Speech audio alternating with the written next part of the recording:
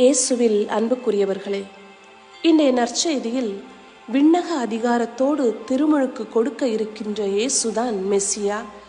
அவருக்காகவே சான்று பகர வந்தேன், இதை செய்வதில் நான் பெரு மகிழ்ச்சி அடைகின்றேன் என்கிறார் யோவான். ஆம் அன்பார்ந்தவர்களே, நாம் வாழ்கின்ற உலகில் பிறரை வாழ வைக்கவும் பிறரை பெருமைப்படுத்தவும் தயக்கம் கொள்கிறோம். ஆனால் திருமுழுக்கு யோவான் மெசியாவை அடையாளப்படுத்தி தனக்கு இருந்த செல்வாக்கை நிராகரித்து இயேசுவை அடையாளம் காட்டுவதன் மூலம் தானும் உயர்த்தப்படுகிறார்.